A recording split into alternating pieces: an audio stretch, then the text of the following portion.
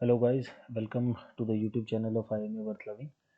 And जैसा कि thumbnail पे देख ही लिया होगा, FK2 2025 के लिए मैथ्स की क्लासेस स्टार्ट कर रहे हैं। ठीक है, पहले लास्ट टाइम जो है टाइम कम था, इसलिए मॉक टेस्ट से ही स्टार्ट किया था। चैप्टर वाइज मॉक टेस्ट किया था, फिर मैराथन क्लास की थी। इस बार जो है नया पैटर्न है, तो क्लासेस जो होंगी सबसे पहले सारी जो है मैं टाइप्स वाइज क्वेश्चंस करवाएंगे सारे चैप्टर्स के। उसके बाद चैप्टर वाइज जो है मॉक टेस्ट होंगे, और उसके बाद मैराथन एंड में एग्ज़ाम से पहले। ये वाला जो है सीक्वेंस रहने वाला है। तो स्टार्ट कर रहे हैं परसेंटेज चैप्टर से। परसेंटेज चैप्टर जो है वो बेसिक है बिल्कुल। जो अर्थमेटिक, दो तरीके की मैथ्स होती है हमारे पास, अर्थमेटिक और एडवांस। ठीक है, दो तरीके की मैथ्स होती हैं, अर्थमेटिक और एडवांस। तो जो एफकेट है उसके अंदर सिर्फ अर्थमेटिक पोर्शन आता है, एडवांस पोर्शन नहीं आता। अब अर्थमेटिक पोर्शन के अंदर सबसे इम्पोर्टेंट चैप्टर है, सबसे पहला चैप्टर परसेंटेज, क्योंकि इसी के ऊपर आधी से ज़्यादा अर्थमेटिक टिकी हुई है। यही जो है परसेंटेज की ही रूल्स जो हैं हम हर चैप्टर में यूज़ करेंगे, चैप्टर्स को सॉल्व करने के लिए। उन चीज़ों को, जो वैल्यूज़ हैं क्वेश्चन के, जो जो भी क्वेश्चन के हैं उनके मेथड के अंदर परसेंटेज चैप्टर को हम काफ़ी यूज़ करेंगे। परसेंटेज के अलावा जो दूसरा चैप्टर यूज़ होता है वो है रेशो। तो पहले हम परसेंटेज चैप्टर करेंगे, फिर उसके बाद परसेंटेज से ही बिल्कुल मिलता जुलता चैप्टर है प्रॉफिट एंड लॉस। तो परसेंट के बाद हम प्रॉफिट एंड लॉस करेंगे, बिल्कुल सेम परसेंटेज के ऊपर ही बेस्ड है। और उसके बाद जो है हम लोग एक और दूसरा चैप्टर करेंगे, या फिर हम रेशियो स्टार्ट करेंगे, या फिर हम कोई दूसरा चैप्टर स्टार्ट कर देंगे जो ना परसेंटेज पे बेस्ड हो ना रेशियो पे बेस्ड हो, और उसके क्वेश्चन भी पूछे जाएं, जैसे time and work, time speed and distance, ये वाले चैप्टर्स। आज जो है हम पहली क्लास स्टार्ट करने वाले हैं परसेंटेज से। मैक्सिमम एक या दो क्लासेस रहा करेंगी हर चैप्टर की। उसमें जितने भी टाइप के क्वेश्चंस होते हैं एफकेट में पूछे जाने वाले नहीं, जितने भी होते हैं चैप्टर्स टाइप्स के क्वेश्चन, वो पूरे उस चैप्टर के कवर करवा दी जाएंगे उन क्लासेस में।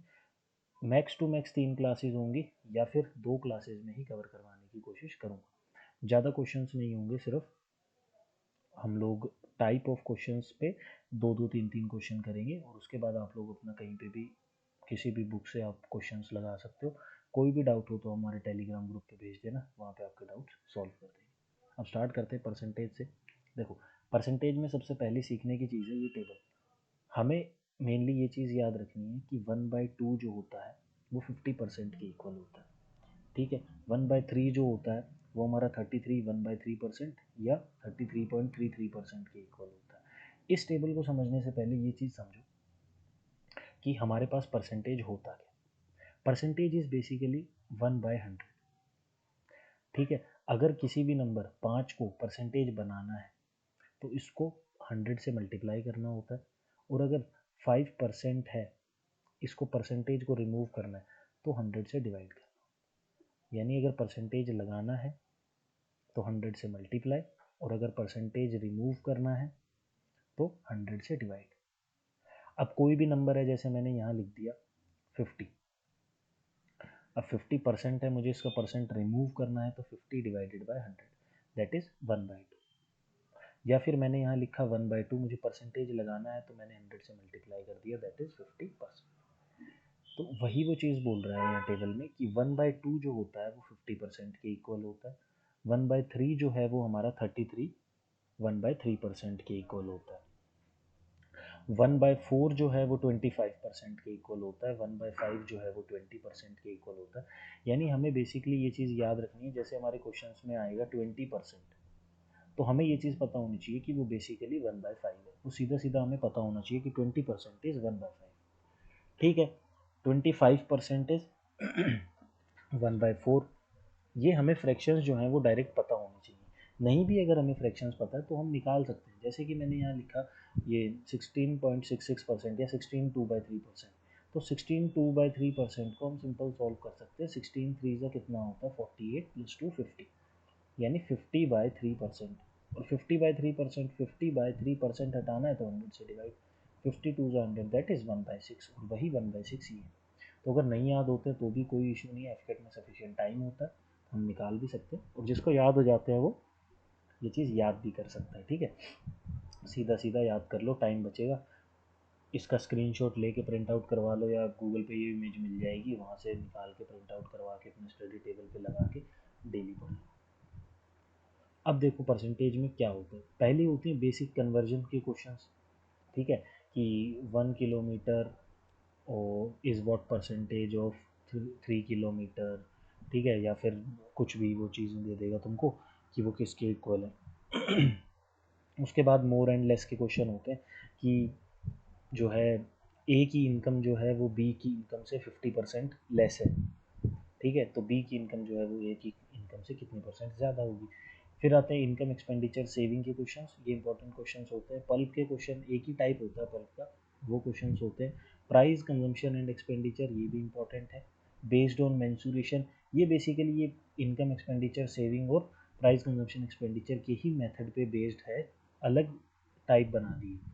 फिर आते हैं एग्जामिनेशन फेल्ड बाय, कि अगर इस बच्चे के 50% आए हैं तो वो 50 नंबर ज़्यादा ला रहा है पासिंग मार्क्स से, और एक के 30% आए हैं वो 20 नंबर कम ला रहा है पासिंग मार्क्स से, बताओ पासिंग मार्क्स क्या थे या मैक्सिमम मार्क्स क्या थे, उस टाइप की।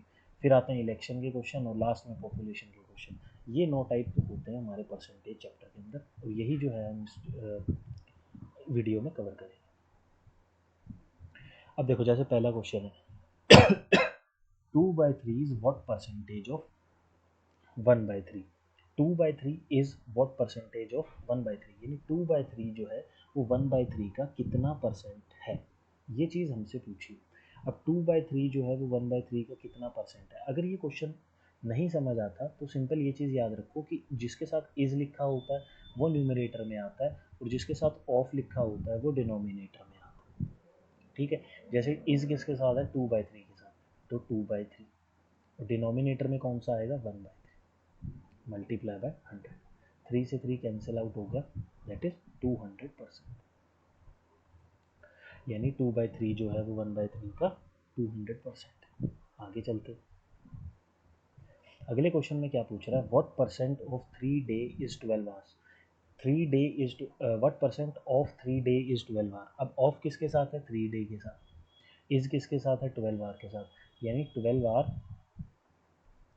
3 डे, और परसेंट पूछा है तो मल्टीप्लाई बाय 100, हमने परसेंटेज पूछा तो हमने 100 से मल्टीप्लाई कर दिया। अब एक दिन में कितने घंटे होते हैं, 24 घंटे। मैथ्स जो है उसमें यूनिट हमेशा सेम होनी चाहिए, मेन चीज़ यूनिट्स की होती है, सेम यूनिट्स ही कैंसिल आउट होते हैं।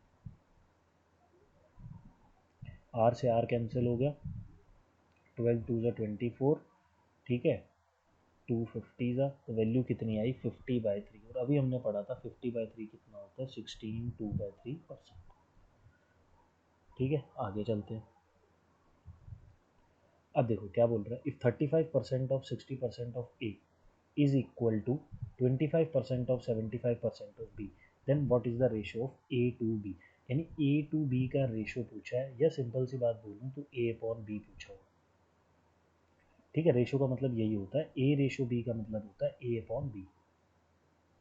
अब जो उसने बोला है 35%, ऑफ का मतलब मल्टीप्लाई, बोर्ड में सबने पढ़ रखा है, ऑफ का मतलब multiply, 60% of A is equal to 25% 75% of B, ठीक है। ये परसेंटेज सारे जो हैं वो क्या हो गए, कैंसिल। अब इस क्वेश्चन को सिंपली सॉल्व कर दो, ये कितना हो गया, 5 5 ज़ा 25, 5 7 ज़ा 35, ठीक है, 15 4 ज़ा 15 5 ज़ा, वैल्यू कितनी आ गई, 28/25 is equal to B upon A. पूछा क्या है, ए रेशो बी, यानी 25/28, तो ऑप्शन क्या आया, 25/28, ऑप्शन कौन सा आया, फर्स्ट ऑप्शन, 25/28।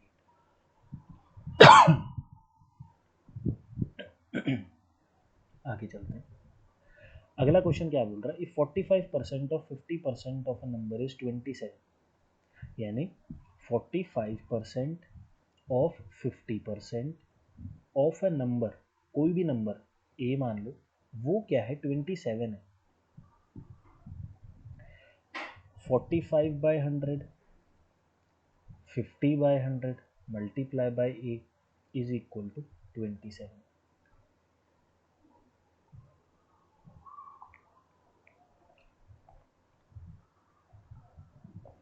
ठीक है।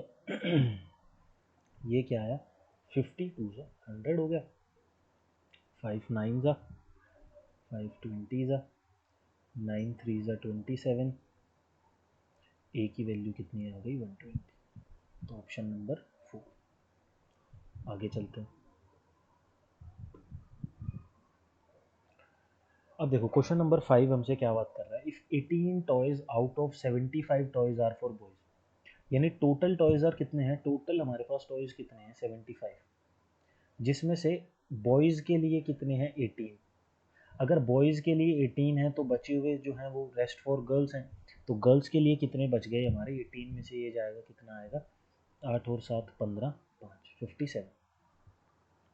ठीक है, अब क्या बोल रहा है, what is the percentage of girls toys, हमें गर्ल्स टॉयज का परसेंटेज पूछ रहा है। हमें कभी भी किसी चीज़ का परसेंटेज पूछा जाता है तो हम कैसे निकालते हैं, ऊपर जो है हमसे जो है रिक्वायर्ड क्वांटिटी को लिखते हैं हम, जो हमसे पूछा गया है, या फिर आस्क बोल लो या रिक्वायर्ड बोल लो, कि जो हमसे पूछा गया है, हम अपॉन में क्या लिखते हैं उसके, टोटल, टोटल बोल लो या मैक्सिमम बोल लो, और मल्टीप्लाई किससे करते हैं 100 से।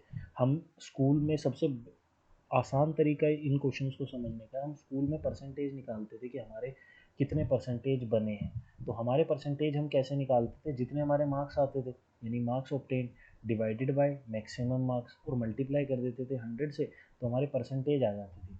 तो हमने ये परसेंटेज उसी का निकाला ना, हमारे जितने मार्क्स आए हैं वो कितने परसेंटेज बने हैं। ऐसे ही अगर किसी भी चीज़ का परसेंटेज निकालते हैं तो ऊपर जो है वो हमेशा न्यूमरेटर में आएगा, जो भी चीज़ हमसे जिसका परसेंटेज हमें निकालना है। ठीक है, नीचे जो है डिवाइड किससे करेंगे, टोटल जितने भी वो चीज़ें दे रखी हैं, वो आइटम जो भी है वो टोटल कितना है वो, और मल्टीप्लाई बाय 100। जैसे इस क्वेश्चन में क्या पूछा है, परसेंटेज ऑफ गर्ल्स टॉयज, तो हमसे क्या पूछा है गर्ल्स टॉयज, तो ऊपर क्या आएगा गर्ल्स टॉयज, नीचे क्या आएगा मैक्सिमम टॉयज, भाई मैक्सिमम टॉयज कितने हैं, और मल्टीप्लाई किससे कर देंगे 100 से। तो गर्ल्स टॉयज कितने हैं मेरे पास 57, मैक्सिमम टॉयज कितने हैं मेरे पास 75, मल्टीप्लाई कर दिया मैंने 100 से, 25 3 जा 75, 25 4 जा 100, 3 की टेबल में 1 9, और 19 4 जा कितना होता है 76, यानी 76% जो है ऑप्शन डी, 76% जो है वो गर्ल्स टॉय। ठीक है, इस क्वेश्चन को हम लोग ऐसे भी कर सकते थे कि देखो इसी क्वेश्चन को हम लोग ऐसे कर सकते थे कि उसने हमें ये बताया है कि टोटल नंबर ऑफ टॉयज जो हैं वो कितने हैं 75, बॉयज़ के पास कितने हैं 18। अब मैथ्स के क्वेश्चन को करने के बहुत सारे मेथड्स होते हैं, जैसे इसने हमसे बॉयज़ के टॉयज़ जो हैं वो हमें बता रखे हैं, रेस्ट आर फॉर गर्ल्स, हमने माइनस नहीं किया, हमसे पूछा भी उसने परसेंटेज गर्ल्स का है, तो क्यों ना हम बॉयज़ का परसेंटेज निकाल लें। टोटल परसेंटेज तो हमेशा ही 100% होगा ना, टोटल परसेंटेज हमेशा 100% होता है। ठीक है, कोई भी चीज़ 100% होती है, ये इस क्वेश्चन के अंदर मैं सॉल्व करके भी दिखा सकता हूँ कि total percentage for the toys, तो टोटल टॉयज कितने हैं 75, मैक्सिमम टॉयज कितने हैं 75, मल्टीप्लाई बाय 100, तो कितना आया 100%, यानी टोटल टॉयज कितने हैं 100%। अगर हम चीज़ों को परसेंटेज की उसमें बात किया जाए तो टोटल टॉयज कितने हो गए अपने आप में 100%, यानी 75 जो है वो 100% की वैल्यू है। अब बॉयज़ कितने हैं 18, तो 18 बॉयज़ का ही परसेंटेज निकाल लेता हूँ, बॉयज़ का परसेंटेज निकालूंगा तो ऊपर क्या आएगा बॉयज़, नीचे total number of toys multiply by 100, 25 4 जा 25 3 जा 3 6 जा 18 6 4 जा 24, तो बॉयज़ के टॉयज़ कितने आए 24%। अगर बॉयज़ के 24% हैं और कोई भी चीज़ अपने आप में 100% होती है, तो गर्ल्स के टॉयज़ कितने बचे, 100 में से 24 माइनस कर दो, तो कितने बचे 76%। तो इस क्वेश्चन को हम लोग ऐसे भी निकाल सकते थे कि बॉयज़ का ही परसेंटेज निकाल लो, उसके बाद क्योंकि दो ही तो बंदे हैं इसमें, एक बॉयज़ है एक गर्ल्स है, अगर मैंने बॉयज़ का ही परसेंटेज निकाल लिया तो 100 से माइनस कर दो, बचे हुए जितने भी आएंगे वो गर्ल्स का परसेंटेज आ जाएगा। बस ध्यान ये देना है कि इस केस में 100 से ही माइनस करना है। ठीक है, क्योंकि ये 24 जो है वो परसेंट है, अभी मैंने बोला यूनिट सेम होनी चाहिए, यानी परसेंट की वैल्यू जो है वो परसेंट से ही माइनस होगी। 75 में से 24 को माइनस करके तुम लोग यहाँ पे 51 नहीं लिखोगे, 51%, ये गलत है। ठीक है, क्योंकि 75 एक कंप्लीट वैल्यू है और 24 जो है वो एक परसेंट है, उसका इतना हिस्सा, ठीक है, आगे चलते हैं। अगला क्या है, Arun receives a monthly salary, उसको एक मंथली सैलरी मिलती है। The ratio of his expenditure to saving is 8:2, यानी एक्सपेंडिचर खर्चा और उसकी सेविंग का जो रेशियो है वो 8:2 है। ठीक है, तो अब इनकम कितनी हो गई यहाँ से, एक्सपेंडिचर, देखो इनकम क्या होती है, income is equal to expenditure plus saving, है ना, जितना वो खर्चा कर रहा है प्लस सेविंग, अगर दोनों को मिला दूं तो इनकम हो गई। एक्सपेंडिचर कितना है 8, इनकम सेविंग कितनी है 2, तो इनकम कितनी आ गई मेरे पास 10, इनकम जो है वो मेरे पास कितनी आ गई 10। उसने क्या पूछा है, what is the percentage of his salary does he spend, expenditure का परसेंटेज पूछा हुआ है ना, स्पेंड मतलब खर्चा, एक्सपेंडिचर का, तो ऊपर क्या आएगा, एक्सपेंडिचर डिवाइड किससे करेंगे, टोटल सैलरी से, टोटल से ही डिवाइड होता है, multiply by 100, that expenditure is 8, total salary is 10, multiply by 100, तो ये कितना हो गया मेरे पास 80%, ऑप्शन डी। आगे बढ़ते हैं। Ram's monthly salary is 42500, if his income is increases by 18%, find his new monthly income. क्या बोला है उसने कि उसकी नई मंथली इनकम निकालो। अब देखो कोई भी चीज़, अब यहाँ पे क्या बोला है, हिज इनकम इंक्रीजेस बाय 18%, देखो यहाँ पे एक चीज़ समझना कि मान लो मैंने यहाँ लिख दिया 500, ठीक है, अगर मैं इस 500 को फॉर एग्जांपल मैं इस 500 को 50% से इंक्रीज़ कराता हूँ, तो 50% से इंक्रीज़ कराने पे दो चीज़ें आती हैं, इंक्रीज्ड बाय और इंक्रीज्ड टू। ठीक है, इंक्रीज्ड बाय का मतलब होता है कितने से बढ़ी, और इंक्रीज्ड टू का मतलब है कि बढ़ के कितनी हो गई। ठीक है, अब इंक्रीज्ड बाय, अब मान लो मैं इसको 50% से ही दोनों केस में इंक्रीज करा रहा हूँ, तो 500 का 50% जो है 500 का 50%, परसेंट हटा नीचे 100 आ गया। ठीक है, जीरो से ये दो जीरो कैंसिल हो गई, 5 5 25, दैट इज 250। तो 500 का 50% कितना है 250, यानी सैलरी कितने से बढ़ी, 250 रुपये से बढ़ी। और इंक्रीज टू का मतलब है कि 50% बढ़ाने के बाद कितनी हो गई, 750। ठीक है, तो कहने का ये मतलब है कि यहाँ पे जो है सैलरी, ये जो है मेरी अब नई वाली सैलरी है, और ये मेरे से मैं 250 जो है, ये मेरे को ये पता है कि 50% की वैल्यू है, यानी जो पुरानी सैलरी थी उसका जो 50% है उसकी वैल्यू 250 रुपीज़ है, यानी 250 रुपये अब सैलरी बढ़ जाएगी। तो ये 750 जो है इसको हम लोग कैसे लिख सकते हैं, या तो तुम लोग ऐसे कर सकते हो कि सिंपल सीधा सीधा आंसर, या तो तुम लोग इसको ऐसे लिख सकते हो कि 500 का 50% पहले बढ़ा दो और उसके बाद उसमें सैलरी ऐड कर दो, तो जो है न्यू सैलरी आ जाएगी, दैट इज 750। या फिर तुमने यहाँ पे ये चीज़ देखा कि मैं 500 अगर कॉमन ले लूँ, ठीक है, तो ये कितना बचा मेरे पास, 50% +1, ठीक है, और 50% +1, अब 1 है, या तो तुम देखो इसको ऐसे लिख दो कि 50% प्लस ये क्या है, 1 कंप्लीट एक 100% है ना, क्योंकि यहाँ पे सैलरी कितनी थी, पूरी 100%, तो 500 इंटू 150%, ये भी 750 ही आएगा। या फिर तुम इसी को ऐसे भी लिख सकते थे कि 500 50/100 +1, अब इसका एलसीएम लोगे तो भी ये 500 इंटू 150 डिवाइडेड बाय 100, यहाँ भी परसेंट हटेगा ये वाला परसेंटेज, तो यहाँ भी डिवाइडेड बाय 100 ही आएगा, तो यहाँ भी 150 750 ही आएगा। कहने का मतलब ये था मेरा कि अगर हम किसी को चीज़ को बढ़ा रहे हैं, तो अगर हमसे वो इंक्रीज बाय की वैल्यू पूछे, यानी हमसे ये पूछता अभी कि सैलरी कितने से बढ़ी, तब तो हम सिंपल 42,500 का 18% निकाल देते, लेकिन उसने हमसे ये पूछा है कि नई सैलरी क्या है, नई इनकम क्या है, तो 18% से जो बड़ी इनकम है वो भी उस 42,500 में ऐड होगी और फिर पता चलेगा नई इनकम क्या है। ठीक है, तो 42500 का सिंपल सीधा 118% निकाल दो, या 42500 का 18% निकाल के उसमें 42500 फिर से ऐड कर दो। ठीक है, दोनों केस के अंदर आंसर जो है वो सेम ही आने वाला है। अब इसको निकाल देते हैं, ये ज़ीरो से ये ज़ीरो कैंसिल हो गया, ये कितना आया 425 मल्टीप्लाई बाई 118। 425 मल्टीप्लाई बाई 118 आया तो तुम लोग ये निकाल लो, ये यहाँ से इसको कैंसिल आउट कर दो। अब ये कितना आ गया 4250 और 425 को 8 से मल्टीप्लाई करेंगे कितना आया 25 से 200, 8 चौक 32 और 200 3400। ठीक है 7650 7650 7650 को इसमें ऐड कर दो तो ये वैल्यू कितनी आ गई भाई, एक यहाँ 0 यहाँ 50 50150। C option is the correct answer. 425 को 118 से मल्टीप्लाई करोगे तब भी कितना आएगा 50150।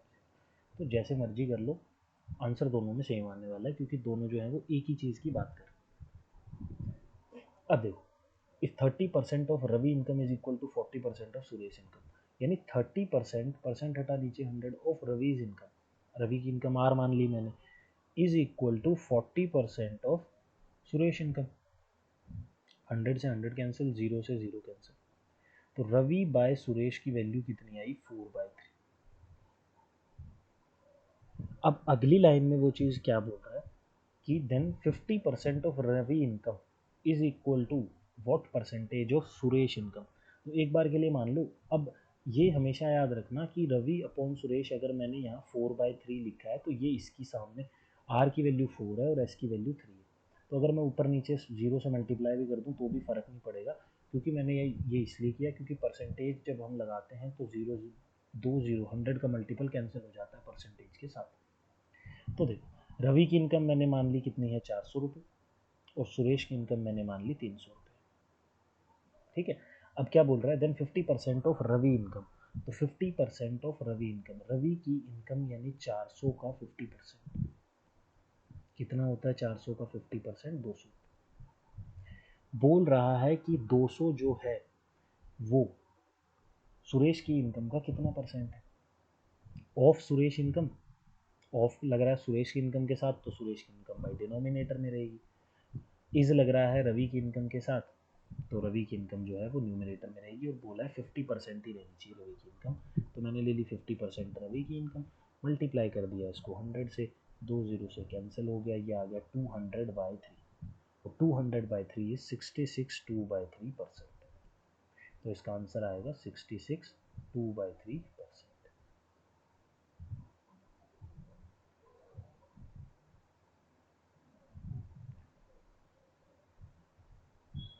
ठीक है, अगले क्वेश्चन पे चलते। अगला क्वेश्चन बोल रहा है 70 subtracted from 70% of a number, यानी एक नंबर है मेरे पास ए मान लो, उसके 70% में से 100 आ गया नीचे परसेंट हटते 70 अगर मैं माइनस कर दूं तो रिमाइंडर इज 70, यानी जो बचेगा माइनस करने के बाद वो 70 होगा, मैंने लिख दिया। ठीक है, अब यहाँ पे जो है इसकी वैल्यू तुम लोग सॉल्व कर लो, ये 70 उधर जाके प्लस हो जाएगा 140 बन जाएगा, ये 0 से ये 0 कैंसिल हो ही रहा है, 7a/10 is equal to 140, 7 2 14, a is equal to 200, तो वो नंबर क्या है 200। आई बात समझ में, वो जो नंबर होगा वो क्या होगा 200 होगा। ठीक है, अब चलते हैं अगले क्वेश्चन की तरफ। अगला क्वेश्चन क्या बोल रहा है, a man multiplied a number by 8/5 instead of 5/8, यानी वो जो मैन है उसने 8/5 से मल्टीप्लाई कर दिया, करना उसको 5/8 से था। ठीक है, what is the percentage error in the calculation, percentage error निकालना है कैलकुलेशन में, तो जिससे मल्टीप्लाई करा उसको माइनस कर दो, 8/5 उसमें से जिसको करना था 5/8। ठीक है, डिवाइड कर दिया मैंने किससे, जिससे ओरिजिनल नंबर, ओरिजिनल से ही डिवाइड होता है, जो ओरिजिनल टोटल नंबर है उसी से डिवाइड होता है हमेशा, मल्टीप्लाई बाय 100।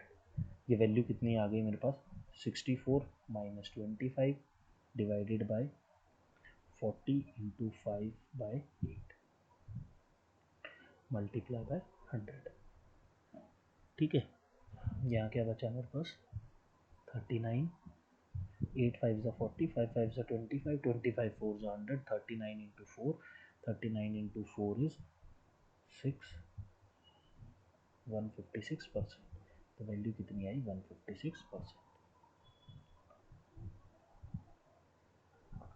आगे चलते हैं। अगला क्वेश्चन क्या बोल रहा है, if X is less than Y by 25%। ठीक है, सेकंड टाइप आ गई कि मोर और लेस वाली। तो दो नंबर है मेरे पास एक्स और वाई। एक्स जो है वो वाई से 25% लेस है, यानी वाई अगर कंप्लीट 100% है तो ये इससे 25 कम होगा, 75 होगा। या तो तुम इसको ऐसे लिख सकते हो, या तुम 25% इज 1/4। ठीक है, तो हमेशा ये चीज़ याद रखना, ये फ्रैक्शन में अभी से सीख लो कि जो 1/4 जब भी परसेंटेज किसी फ्रैक्शन में ब्रेक डाउन होता है तो नीचे वाला जो होता है वो ओरिजिनल नंबर होता है। ठीक है, और ऊपर जो होता है वो ऑपरेशन जो है हमारे क्वेश्चन में बोला गया है वो लगता है उस पर, ऑपरेशन टू बी परफॉर्म्ड जो न्यूमरेटर होता है उस पर। जैसे 4 इज़ द ओरिजिनल नंबर, तो बोल क्या रहा है कि x is less then y by 25%। y से 25% कम है, यानी y जो है वो क्या हो गया मेरा 4।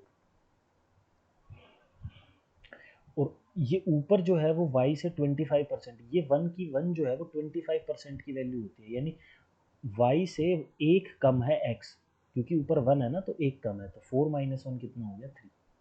अगर ज़्यादा बोलता तो 4 + 1 5 लिख देते, कम बोल रहा है इसलिए 4 + 1 3 लिख दिया, सॉरी 4 - 1 3 लिख दिया।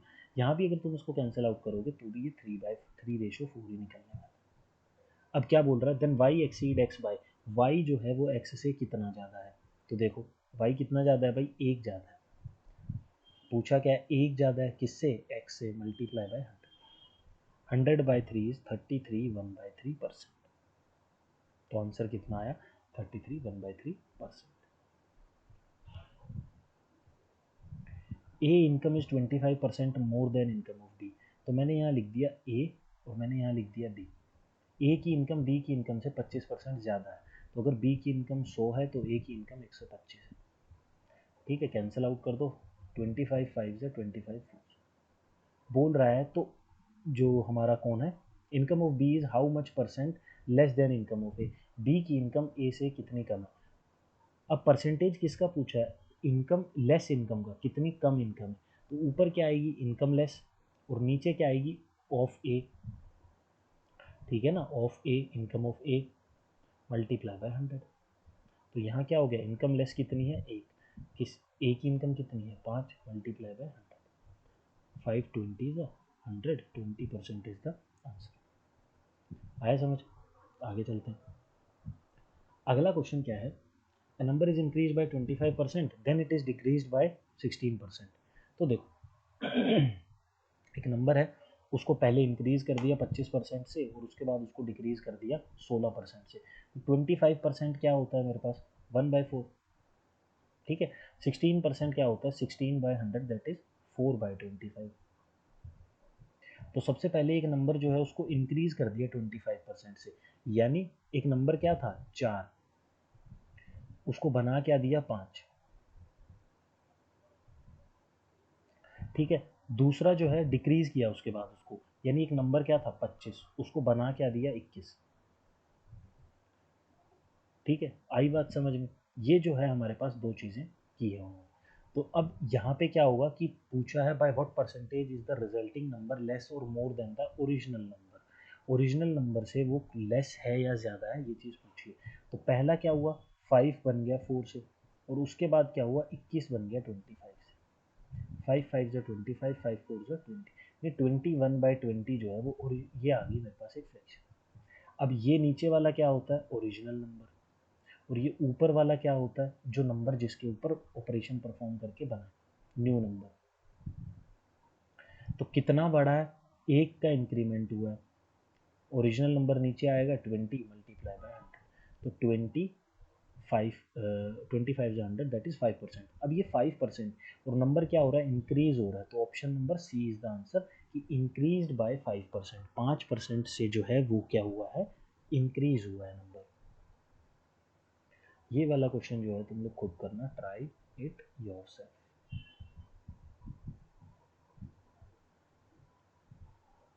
अब देखो, the price of wheat is raised by 20%, then by what percent should a person reduce his consumption so that expenditure remains the same। अब ये चीज़ ध्यान से समझना, प्राइस, कंजम्पशन और एक्सपेंडिचर वाले क्वेश्चन की, प्राइस, कंजम्पशन और एक्सपेंडिचर। इसका जो फॉर्मूला होता है हमारे पास वो ये होता है कि price into consumption is equal to expenditure. कहने का ये मतलब है मेरा कि जो प्राइस होगी और जितना हम कंज्यूम करेंगे, प्राइस होती है पर केजी में कि भाई एक किलो जो है वो कितने रुपए का है, जैसे ₹5 पर केजी, ये पर केजी। कहने का मतलब मेरा ये था। कंजम्पशन जो है हम केजी में करते हैं कि अगर ये केजी में चल रहा है तो हमने जो है 5 किलो जो है यूज़ किया। तो मेरा एक्सपेंडिचर खर्चा कितना हुआ, 1 किलो जो है कोई भी चीज़ थी वो 5 रुपए की थी और मैंने 5 किलो खरीदी तो 25 रुपए का खर्चा हुआ, 25 रुपए।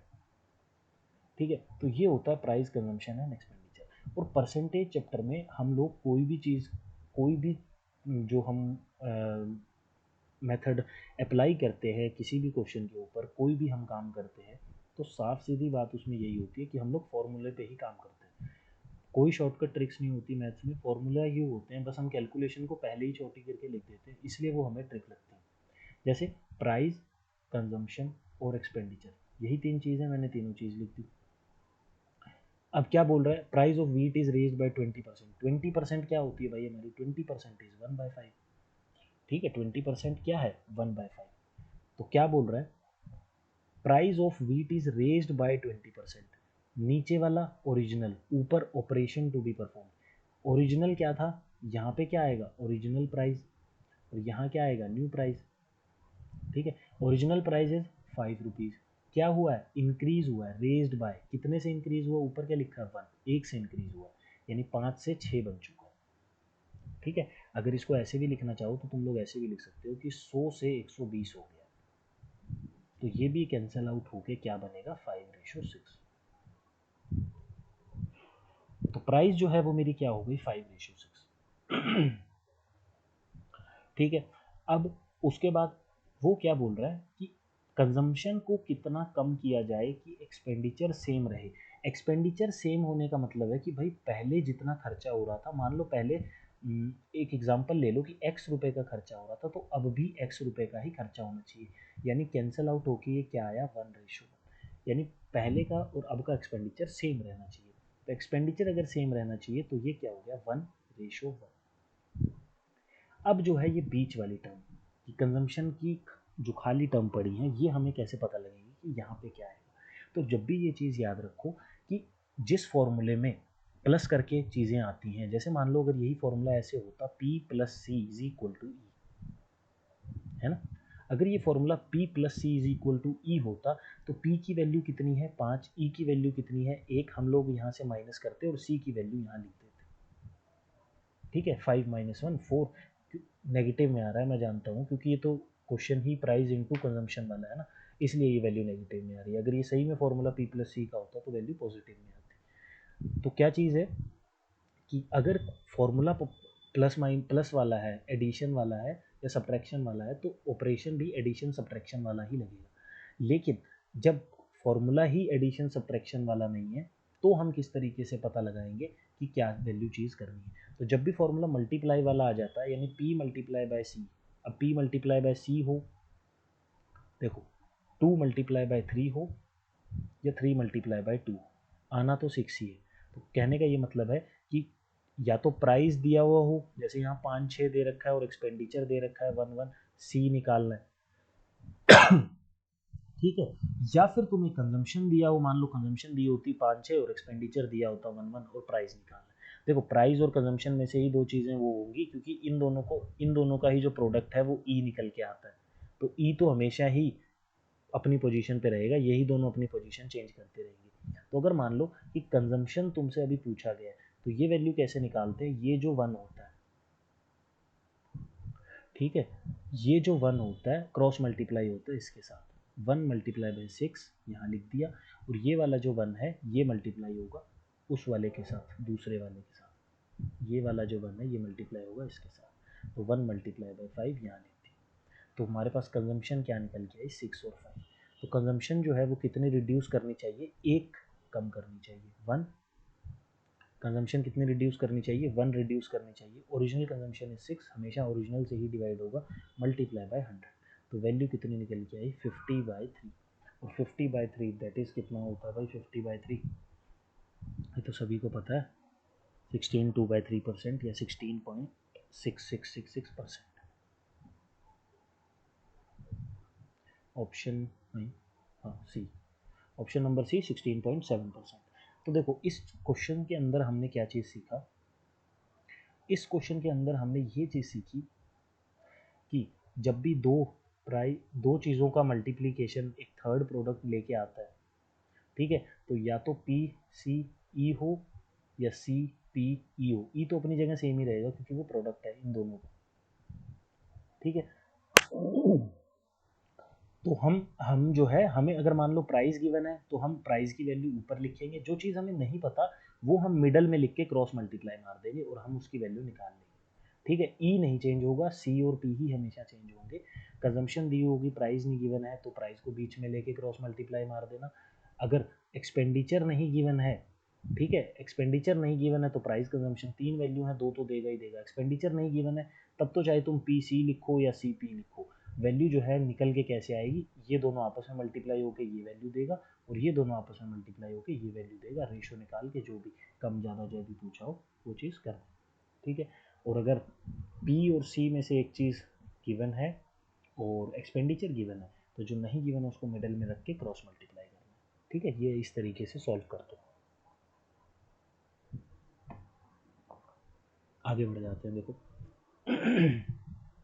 अगला क्वेश्चन हमें क्या बोल रहा है, प्राइस कंजम्पशन का ही है लेकिन थोड़ा सा अलग मेथड। क्या बोल रहा है, if the price of rice is reduced by 24%, कि प्राइस जो है राइस के वो 24% से रिड्यूस कर दिए जाते हैं। 24% कितना होता है, 24% इज 24/100, 4 6 24, 4 25, कितनी वैल्यू आई 6/25। तो प्राइस दे रखा है, कंजम्पशन है, एक्सपेंडिचर, यही तीन चीज़ें होती हैं। प्राइस हमें दे रखा है कि रिड्यूस हो जाता है, यानी 25 से कितना हो जाता है, 6 कम कर दो 19 हो जाता है। It allow Amit to buy 10 kg more rice ₹4.2500, यानी पहले जितने भी चावल अमित खरीद रहा था, हमें नहीं पता कि वो पहले कितने कंज्यूम कर रहा था, अब जो है जैसी प्राइस 19 रुपये हुई तो वो 10 किलो और खरीद ले रहा है। यानी उस भाई साहब ने ये नहीं किया कि वो पहले अगर 2500 रुपये में 50 किलो चावल खरीद रहा था तो जैसे ही प्राइस कम हुई तो उसने 1900 रुपये में चावल नहीं खरीदे, उसने अब भी 2500 रुपये में ही चावल खरीदे लेकिन 10 किलो ज़्यादा खरीद लिए, दैट इज 60 kg, ठीक है। 60 किलो जो है चावल खरीद लिए, इस तरीके से वो जो है चावल खरीद रहा है। तो मैंने ये चीज़ देखा कि दोनों टाइम वो पैसे 2500 ही खर्च करेगा, तो यानी एक्सपेंडिचर इज़ 1:1, ठीक है। अगर वो कुछ और एक्सपेंडिचर खर्च करता, कुछ और पैसे की खर्च करता तो मैं वो रेशो ले लेता कि तब तो क्वेश्चन में गिवन होता ना कि पहले 2500 के चावल खरीद रहा था, अब 2000 के खरीद रहा है, तो मैं 2500 और 2000 की रेशो ले लेता 5:4, फिर मैं 1:1 की जगह 5:4 लिख देता। लेकिन अभी मुझे ये बोला गया है कि वो पहले भी 2500 के खरीद रहा था, अब भी 2500 के खरीद रहा है, दैट इज़ 1:1। और रेशो में मैंने इस क्वेश्चन को इसलिए लिया है क्योंकि हम ऊपर भी परसेंटेज को fraction form that is ratio form में ही लिखते आ रहे हैं, तो यूनिट्स जो है वो मैथ में सेम रहेगी। एक्सपेंडिचर मैंने लिख दिया, क्रॉस मल्टीप्लाई मैंने करा, 1 × 19 दैट इज़ 19, 1 × 25 दैट इज़ 25, ठीक है। कितना कंजम्पशन को यहाँ पे सॉरी यहाँ पे जो है हमने कितना कितना ये चीज़ एक्स्ट्रा खरीदे हैं। पहले मैं 19 किलो चावल खरीद रहा था, अब मैं 25 किलो चावल खरीद रहा हूँ, यानी मेरे रेशो के हिसाब से मैं 6 किलो ज़्यादा खरीद रहा हूँ लेकिन ओरिजिनली मैं 10 किलो खरीद रहा हूँ। तो कहीं ना कहीं मेरा जो रेशो है वो 6 की वैल्यू जो है वो 10 के बराबर हो गई। तो अगर 6 की वैल्यू 10 के बराबर है तो 1 की वैल्यू किसके बराबर हो गई, 10/6 की। अगर 1 की वैल्यू 10/6 के बराबर है तो जो नई कंजम्पशन है 25, तो ये 25 की वैल्यू किसके बराबर हो गई, 25 की वैल्यू हो गई 10/6 मल्टीप्लाई बाई 25, तो वैल्यू किसके बराबर हो गई 250/6 की, ठीक है। 250/6 यानी अब जो है मैं 250/6 चावल खरीद रहा हूँ 250/6, तो 250/6 kg चावल खरीद रहा हूँ। अब मेरे पास ओरिजिनल वैल्यू निकल के आ चुकी है कि मैंने जो है प्राइस रिड्यूस होने के बाद मैंने कितने चावल खरीदे 250/6 kg।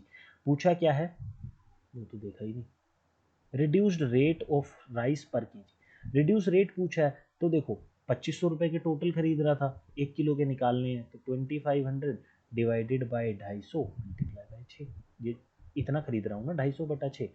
अगर मैं ₹500 की 10 किलो चीज़ खरीद के लाता हूँ तो 1 किलो कितने की पड़ी, 500 डिवाइडेड बाय 10, जितनी किलो खरीदी उससे डिवाइड कर दो, ₹50 की। 1 किलो 50 की पड़ी, तभी तो 10 किलो 500 की पड़ी। ऐसे ही अब मैं 250/6 चावल खरीद रहा हूँ, किलो 250/6 केजी चावल खरीद रहा हूँ, तो टोटल कितने के खरीद रहा था, ₹2500 के, तो डिवाइड कर दिया, ये 10 आ गया, तो कितना आ गया, 60, यानी ₹60 किलो जो है वो क्या है, रिड्यूस्ड प्राइस। रिड्यूस्ड प्राइस क्या है, ₹60 पर केजी, और ऑप्शन क्या निकाल दिया, सी।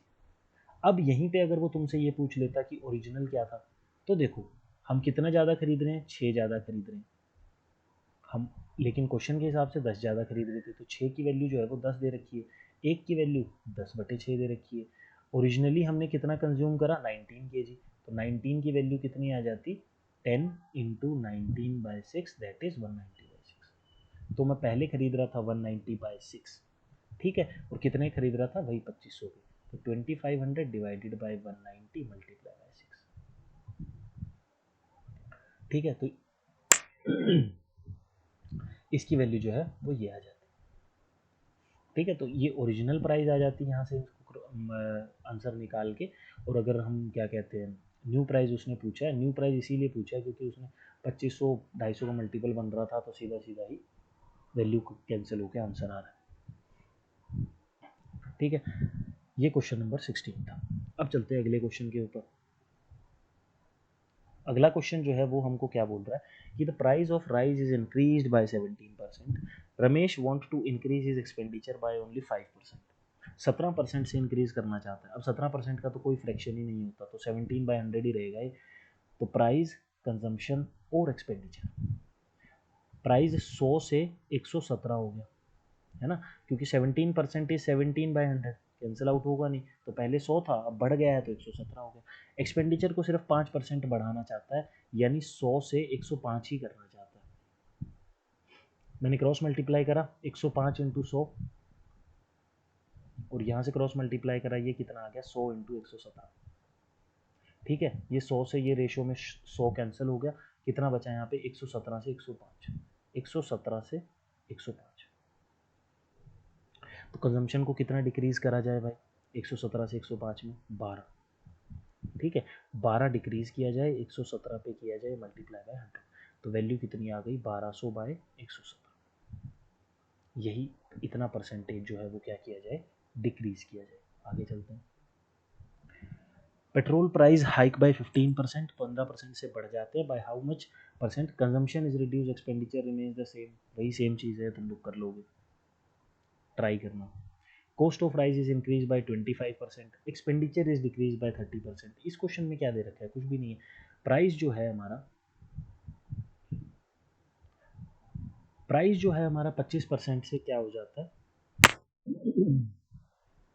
25% से बढ़ जाता है राइस का, कॉस्ट ऑफ राइस, तो 25% इज 1/4, तो 4 का क्या बन गया भाई, 5। कंजम्पशन जो है वो डिक्रीज हो जाता है 30%, 30% इज 3/10, डिक्रीज हो रहा है, यानी 10 से क्या हो गया, 7। एक्सपेंडिचर 40, 35, कितना कम हुआ, 5, किस पे, 40 पे, मल्टीप्लाई बाय 100, वैल्यू कितनी आई, क्या दे रखा है, 5, 5 8 ज़ा 40, 100/8, 425 ज़ा 4 2 ज़ा 25 का आधा 12.5, 12.5%। और क्या हो रहा है, 40 से 35 डिक्रीज हो रहा है ना, तो 12.5% डिक्रीज। आगे चलते हैं। अब देखो पल्प का क्वेश्चन, पल्प के क्वेश्चन में क्या होता है कि पल्प जो होता है हमारा, अब देखो एक फ्रूट होता है अगर हमारे पास, ये एक फ्रूट है, ठीक है, अगर मैं इस ये फ्रूट जो है वो दो चीज़ों से मिलके बना होता है, एक फ्रूट में वाटर की क्वांटिटी होती है, एक फ्रूट के अंदर पल्प की क्वांटिटी होती है। फ्रूट जो है वो दो चीज़ों से मिलके बनता है, एक वाटर और एक पल्प। अगर मैं इसके अंदर जो है पल्प को सुखा दूँ, सॉरी वाटर को सुखा दूँ, तो अगर पानी सूख जाएगा तो क्या बचेगा, पल्प, ठीक है। या फिर एक फ्रूट के अंदर पानी भर दो, भरते जाओ वो फूलता जाएगा ना, अगर आप पानी, वही ऑस्मोसिस रिवर्स ऑस्मोसिस वाले प्रोसेस, अगर पानी उसमें भरता जाएगा भरता जाएगा भरता जाएगा तो पानी की क्वांटिटी बढ़ेगी। अगर आप उसको धूप में रखोगे तो वो श्रिंक करेगा, यानी उसकी पानी की क्वांटिटी कम होगी। जो पल्प है उसकी वैल्यू जो है, उसकी जो क्वांटिटी है वो दोनों तरफ सेम ही रहने वाली है, चाहे वो फ्रेश फ्रूट हो चाहे वो ड्राई फ्रूट। अगर एक फ्रेश फ्रूट से ड्राई फ्रूट बना दिया जाए तो वो पल्प जो है उसमें सेम ही रहेगा, पानी की क्वांटिटी नहीं चेंज होगी। लेकिन कहीं ना कहीं थोड़ा बहुत परसेंट ऑफ वाटर जो है वो ड्राई फ्रूट में भी प्रेजेंट होता है इन क्वेश्चन के हिसाब से। ठीक है, तो वो ये चीज़ बोल रहे हैं। तो देखो अब क्या बोल रहा है, एक fresh fruit contain 60% of water. अब परसेंटेज है हमारे पास, तो हम मान लेते हैं कि टोटल फ्रूट जो है वो 100% से मिलके बना था। तो फ्रेश फ्रूट जो है, टोटल फ्रूट जो है वो 100% से मिलके बना था। तो जो मेरा फ्रेश फ्रूट है ये मैंने लिख दिया एफ एफ फ्रेश फ्रूट। इसके अंदर 60% पानी है, वाटर और पल्प दो चीज़ों से मिलके बना है। 60% अगर पानी है तो 40% क्या होगा, पल्प होगा। वहीं पे एक ड्राई फ्रूट है मेरे पास, ड्राई फ्रूट के अंदर पानी और पल्प दोनों है। ड्राई फ्रूट के अंदर अगर 20% पानी है तो 80% पल्प होगा, यानी 80 उसके अंदर क्या होगा, पल्प। बोल रहा है how much dry fruit can be obtained, कितने ड्राई फ्रूट मिलेंगे हमें 100 kg ऑफ फ्रेश फ्रूट में। अब देखो 100 किलो फ्रेश फ्रूट में 40% जो है वो क्या है मेरे पास, पल्प है। ठीक है, तो 100 किलो में 40% जो है वो मेरे पास पल्प है। उतना ही पल्प भी तो इधर होगा, जितनी भी क्वांटिटी होगी एक्स वाई जेड, जितनी भी किलो क्वांटिटी है, एक्स के जी क्वांटिटी मान लो, उसके अंदर 80% पल्प। पल्प तो दोनों क्वांटिटीज दोनों फ्रूट्स में सेम होगा ना, फ्रेश फ्रूट से ही ड्राई फ्रूट बन रहा है तो दोनों के अंदर पल्प की क्वांटिटी तो सेम ही होगी। अब ये परसेंटेज की वैल्यूज तो वेरी कर रही है, लेकिन एक्चुअल जितना भी केजी ऑफ पल्प है वो तो सेम रहेगा। तो अगर दोनों की चीज़ें सेम रहेंगी तो 100 into 40% is equal to X into 80%। Percentage से परसेंट कैंसिल हो गया, 40 टू ज़ा 80, 2 50 ज़ा 100, तो एक्स की वैल्यू कितनी आई, 50 kg। यानी 100 किलो ड्राई फ्रूट से कितना जो है पल्प निकल के आएगा, 50 किलो। ठीक है, अगले क्वेश्चन के ऊपर चलते हैं। अगला क्वेश्चन जो है वो हमें क्या बोल रहा है, fresh fruit contain 50% water. Fresh fruit के अंदर जो है वो 50% वाटर है। एक फ्रेश फ्रूट है उसके अंदर 50% वाटर है। अगर फ्रेश फ्रूट के अंदर 50% वाटर है तो वाटर जो है अगर उसमें 50% है तो पल्प कितना होगा, 50%।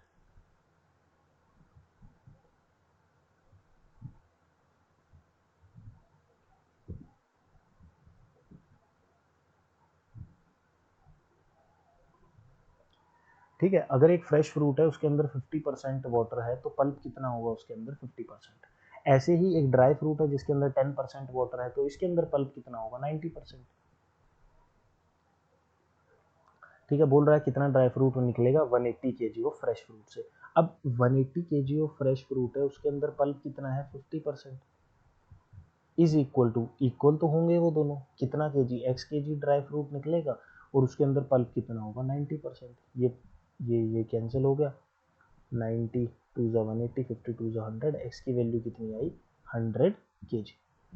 तो एक जो है हमारे पास जो अपना क्या कहते हैं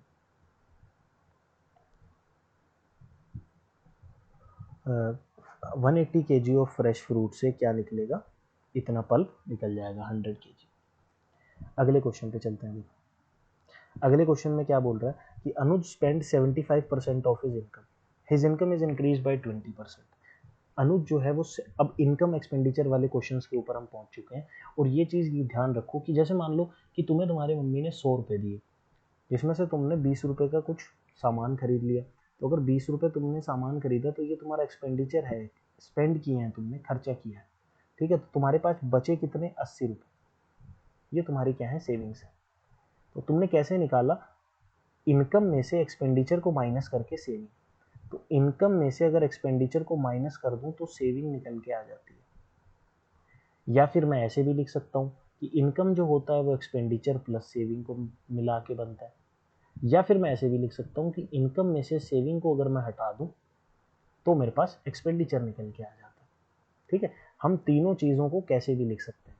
तो मैंने ये चीज़ सीखा कि अगर मेरे को इनकम और एक्सपेंडिचर दिया हुआ है तो माइनस करके सेविंग निकाल सकता हूँ, अगर मुझे एक्सपेंडिचर और सेविंग दिया हुआ है तो मैं दोनों को प्लस करके इनकम निकाल सकता हूँ, और अगर मुझे इनकम और सेविंग दिया हुआ है तो मैं दोनों को माइनस करके एक्सपेंडिचर निकाल सकता हूँ। मेरे पास यहाँ पे ये तीन फॉर्मूला, फॉर्मूला 1, फॉर्मूला 2, फॉर्मूला 3 निकल के तैयार हो। अब वो मुझे कोई भी चीज़ दे दे मैं उसमें ऑपरेशन लगा दूंगा। जैसे इसमें क्या बोला, 75% ऑफ इनकम स्पेंड कर देता है। मैं इसका सोल्यूशन ऊपर लिखता हूँ, 75% ऑफ जो इनकम है वो स्पेंड कर देता है वो। यानी अगर मान लो कि उसकी ये हो गया इनकम, ये हो गया एक्सपेंडिचर और ये हो गया सेविंग, मैंने लिख दिया तीनों चीज़, तीन ही चीज़ होती है हमारे पास। इनकम 75, 100 मान लो, उसमें से 75 जो है वो स्पेंड करता है यानी खर्चा करता है, तो बचा कितना उसके पास, माइनस करके 25 रुपये। अब उसकी इनकम जो है वो 20% बढ़ गई, यानी 100 से 20% बढ़ गई। 100 से 20% बढ़ी तो कितनी हो गई, 120, है ना। 100 से 20% बढ़ गई तो कितनी हो गई, 120। अब एक्सपेंडिचर जो है वो कितना बढ़ गया, 10%। अगर एक्सपेंडिचर 10% बढ़ गया तो मैंने बोला था कि 75 का या तो तुम 10% निकाल के उसमें 75 ऐड कर देना, या 75 का डायरेक्ट ही 110% निकाल लेना। वैल्यू दोनों में सेम ही आने वाली है, दैट इज 75 का 10% कितना होता है, 7.5, और 75 और 7 82, 82.5। तो ये भी 82.5 ही आएगा और ये भी 82.5 ही आएगा। तो एक्सपेंडिचर जो है वो सिर्फ 10% से बढ़ा, दैट इज 75 से 82.5। तो अब 120 में से 82.5 को जब तुम माइनस करोगे तो 0.5 यहाँ बचेगा, ये 7 बचेगा, ये 3 बचेगा। तो नई सेविंग कितनी है, 37.5। तो सेविंग में क्या फर्क पड़ रहा है, कितनी बढ़ रही है सेविंग, 12.5 से। ठीक है, 12.5% से जो है वो सेविंग बढ़ रही है। अब अगर 12.5% से सेविंग बढ़ रही है, उसका निकालना क्या है, हमें तो परसेंटेज निकालना है। तो जितने से बढ़ रही है वो divided by original savings, original ही नीचे आता है हमेशा, मल्टीप्लाई बाय 100। 25 4 100, 12.5 का डबल कितना होता है, 25, 25 का डबल 50। तो सेविंग कितने से बढ़ गई, 50% से। ठीक है, अब इनकम, एक्सपेंडिचर दे रखा था, इनकम दे रखा था तो मैंने माइनस करके सेविंग निकाल दिया। मुझे इनकम सेविंग दे रखा होगा तो मैं माइनस करके एक्सपेंडिचर निकाल दूंगा। मुझे एक्सपेंडिचर सेविंग दे रखा होगा तो मैं प्लस करके इनकम निकाल दूंगा, सेम चीज़। अगला क्वेश्चन देखो, a person saves 33 1/3% of his monthly income. 33 1/3% कितना होता है, सबसे पहले तो ये देखो, 33 1/3% इज 100/3%, यानी 100/3% हटा तो नीचे भी 100 आ गया, 300। अभी मैं जीरो कैंसिल नहीं कर रहा क्योंकि ये जो वैल्यूज़ हैं परसेंटेज अपना इनकम एक्सपेंडिचर वाले केसेस में, ये 10% से बढ़ रहा है, 22% से बढ़ रहा है, तो काम आते हैं ये जीरो जीरो परसेंटेज को कैंसिल करने में। ठीक है, तो इनकम, एक्सपेंडिचर, सेविंग, तीन चीज़ होती है ना मेरे पास। 300 रुपये उसकी इनकम थी, नीचे वाला क्या होता है, नीचे वाला क्या होता है 300%, सॉरी नीचे वाला क्या होता है ओरिजिनल वैल्यू, या फिर जो भी चीज़ ओरिजिनली दे रखी है हमें कि किसका इनकम, मंथली इनकम का, तो नीचे वाली जो बात कर रहा है वो मंथली इनकम की बात कर रहा है। ठीक है, 300%, 300% क्या है हमारा मंथली इनकम। 100 क्या है, सेव कर रहा है, यानी ये 100 क्या है, सेविंग है। तो अगर 100 सेविंग है तो इनकम की एक्सपेंडिचर क्या हो गया मेरे पास, 200, और सेविंग कितनी हो गई, 100, जो कि गिवन है मेरे को। इनकम में से मैं सेविंग को माइनस कर दूंगा, क्या आ जाएगा, एक्सपेंडिचर।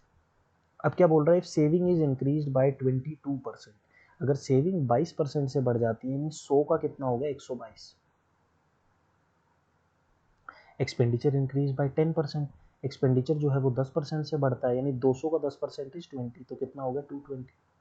इनकम कैसे निकल के आएगी भाई, इनकम निकल के आएगी, एक्सपेंडिचर और सेविंग को प्लस कर दो, इनकम आ जाएगी, तो कितना आएगा ये, 342 आ गया। बोला क्या है, परसेंटेज चेंज इन इनकम। पहली बात, परसेंटेज चेंज बोला है, चेंज बोला है तो इंक्रीज हो रही है। तो अगर ऑप्शन में कहीं भी डिक्रीज दिखे तो वो तो पहले ही कैंसिल आउट हो जाएगा। इंक्रीज हो रही है, कितने से इंक्रीज हो रही है, 42, ओरिजिनल इज 300, मल्टीप्लाई बाय 100, ये 2 जीरो से ये 2 जीरो कैंसिल, 314, 14, तो इंक्रीज हो रही है 14% से। तो आंसर कितना आ गया मेरे पास, 14%। ठीक है, आगे चलते हैं। अगला question, Pankaj decided to donate 12% of his salary, later he change his mind and donated rupees 2400 which is 125% of the amount he decided to donate earlier. Find the salary. देखो, मान लो पंकज जो है पहले 100 रुपए डिसाइड करता था डोनेट करने की, तो उसके हिसाब से सॉरी मान लो कि पंकज की जो मंथली सैलरी है वो हमारी 100 रुपए है, जिसमें से वो 12% वो जो है डोनेट करेगा, यानी 12 रुपए जो है वो डोनेट करेगा, DONET, डोनेट कितने करेगा, 12 रुपए। अब उसका जो है वो माइंड चेंज हो चुका है और वो 2400 रुपये डोनेट कर देता है।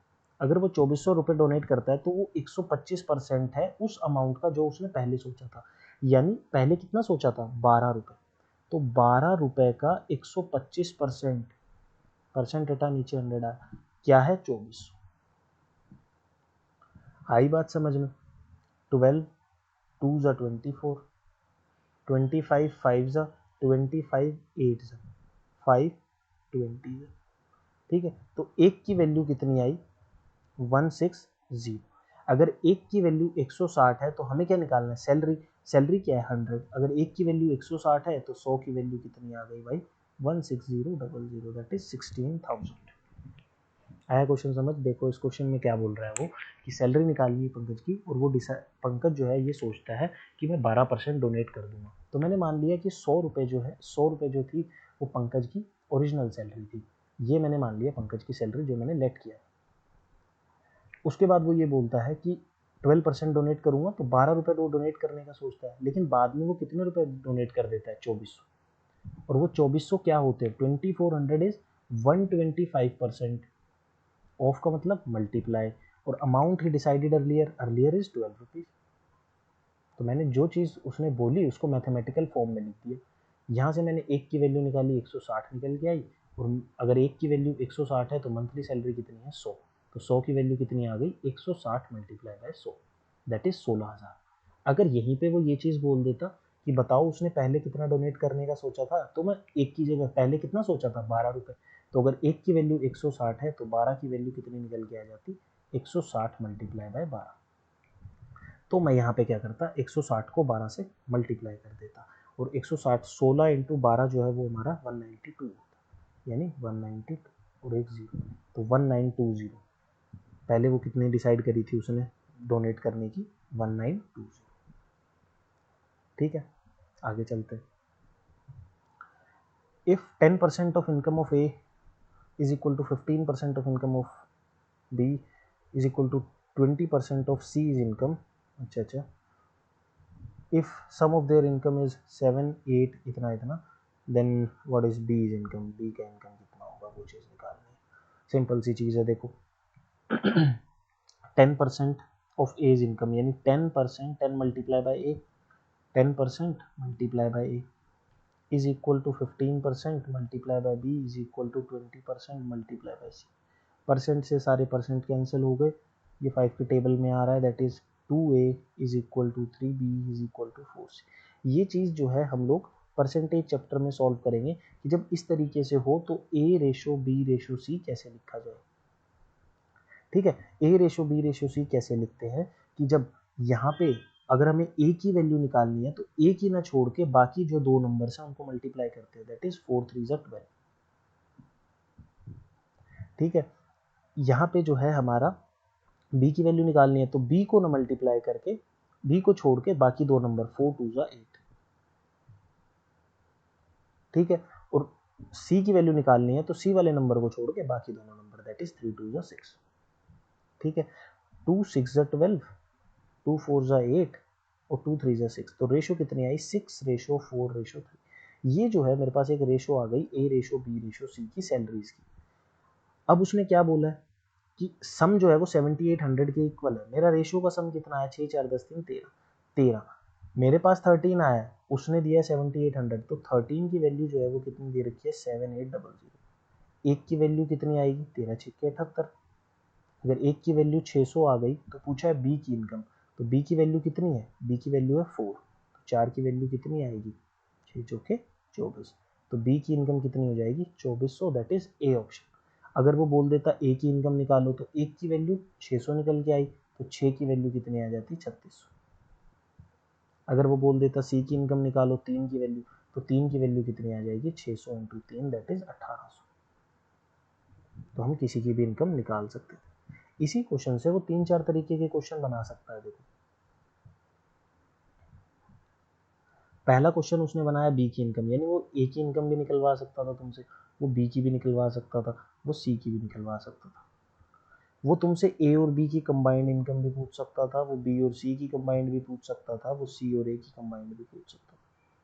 वो तुमसे ए और बी की इनकम का डिफरेंस भी पूछ सकता था, बी और सी के इनकम का डिफरेंस भी पूछ सकता था, सी और ए के इनकम का भी डिफरेंस पूछ सकता था। तो एक क्वेश्चन से 9 क्वेश्चन बन के रेडी हो सकते हैं। और आखिरी क्वेश्चन होता है ए बी सी तीनों के इनकम का सम कितना है, जो कि उसने खुद ही दे दिया, क्योंकि ये बाकी 9 क्वेश्चन, ये टोटल 10 ही क्वेश्चन बनते हैं। 10 में से कोई एक तो वैल्यू तुम्हें ऐसी देगा ही देगा जिससे तुम लोग जो है ओरिजिनल वैल्यू निकाल पाओ, और उसी के बाद बाकी 9 क्वेश्चन निकलेंगे। जैसे ए प्लस बी प्लस सी उसने दे दिया 7800, और तुम्हारी रेशो के हिसाब से वो 13 निकल के आया, तुमने इक्वेट कर दिया 13 को 7800 से। एक की वैल्यू तुमने 600 निकाल ली। अब अगर तुमने एक की वैल्यू 600 निकाल ली तो तुम्हारी रेशो क्या बनी थी, 643 ना। रेशो क्या बनी थी, 643, यानी 6 इंटू 600, 4 इंटू 600 और 3 इंटू 600। ए और बी का कंबाइंड कितना है, 6 4 10, 10 इंटू 600। एक की वैल्यू 600 तो 10 की वैल्यू 10 इंटू 600। ठीक है, बी और सी का कंबाइंड कितना है, 4 और 3 7, 7 इंटू 600। सी और ए का कंबाइंड कितना है, 9 इंटू 600। ए और बी का डिफरेंस कितना है, 2 का, तो 2 इंटू 600। बी और सी का डिफरेंस 1 का है, और सी और ए का डिफरेंस 3 का है। तो तुमने ये सारे क्वेश्चन निकाल दिए, सिर्फ तुम्हें एक रेशो निकालनी थी। रेशो निकालने के बाद तुम कुछ भी वो पूछ ले, तुम वो 9 के 9 क्वेश्चन निकाल दो। ठीक है। अगला क्वेश्चन, अगला क्वेश्चन जो है क्या बोल रहा है, man spend 40% of his monthly salary on food and 1/3 of the remaining on transport. If he save rupees 4500 per month which is equal to half the balance after spending on food and transport, his monthly salary is। ये question जो है तुम लोगों के लिए, ये शायद आखिरी क्वेश्चन है, ये क्वेश्चन तुम लोगों के लिए है, ट्राई इट योरसेल्फ। नहीं होता है तो मेरे को इसका आंसर जो है कमेंट सेक्शन में बता देना। नहीं होता है अगर ये क्वेश्चन, तो मैं अगली क्लास में तो वैसे भी सॉल्व करवाऊंगा ये एक बार खुद से, मैं भी करवाऊंगा, तुम भी एक बार ट्राई करके कमेंट सेक्शन में इसका आंसर ज़रूर बता देना। ठीक है, बाकी मैं तो करवाऊंगा ये अगली क्लास में। पहली क्लास ख़त्म हो गई है, इसके बाकी जितने भी टाइप्स रहते हैं वो हम अगली क्लास में कंप्लीट कर देंगे, और नेक्स्ट क्लास में परसेंटेज कंप्लीट हो जाएगा। ऐसे करते करते सारे एफकेट के जितने भी चैप्टर्स आते हैं वो सारे कंप्लीट कर देंगे, फिर चैप्टर वाइज टेस्ट सीरीज़ लगा देंगे, और फिर मैराथन और एफकेट की मैथ्स जो है वो रेडी हो जाएगी। साथ में रीजनिंग के जो हैं वो भी टेस्ट सीरीज़ और मैराथन्स देखने को मिलेंगी आने वाले टाइम में। Thank you so much, bye bye.